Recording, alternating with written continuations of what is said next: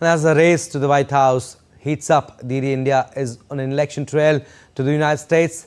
DD India's Shubhendu Ghosh scans through some of the prominent newspapers and takes us through the latest developments in the electoral landscape of America.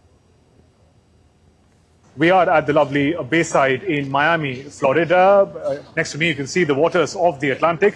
Let's quickly scan through the newspapers and what they say about the U.S. elections today. The first one, we're talking about Kamala Harris. The headline reads, Harris hunting for white votes in working class. But that's the electorate we have to understand where she probably lacks the most. Vice President's allies in labor-bound doors in the swing states in particular. The article also puts in context Pittsburgh. Vice President Harris's allies in organized labor have begun late drive to help her with white working class voters. That's her weakest demographic, is what the article goes on to say. Also issues related to skepticism over inflation, grudges about Democrats' stand on free trade, and also about student loan forgiveness. So there are hurdles that Kamala Harris will have to pass by in order to gain the confidence of this electorate. We are talking about the white votes amongst the working class. Let's turn to the next article in New York Times. It is talking about hoopla of presidential politics visits Blue Dot in the state of Nebraska. Now, for many in Nebraska, autumn this time of the year is a time to be busy and enjoying football games with their friends and family.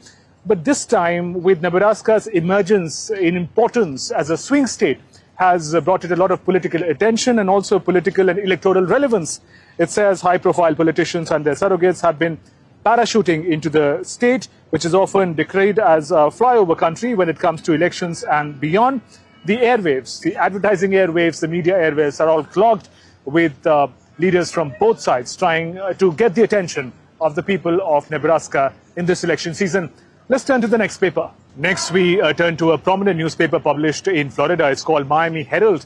It's an interesting article by a professor of linguistics, and talks about the different leadership style, language and delivery style of Donald Trump and Kamala Harris.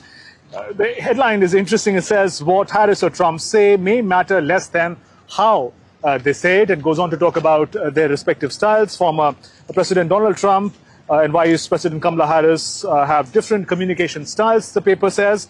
Trump is regularly characterized as forward and bombastic, whereas Kamala Harris is criticized for being too indirect while talking about issues. So that really distinguishes the manner in which the two leaders puts across their points. We'll have to wait and watch how these leadership and communication styles have an impact on the voters as on November 5th they cast their final ballot. So those were some of the highlights of the election stories in the newspapers published today. With camera person Jay Shankar, Shubhendu Ghosh for DD India in Miami.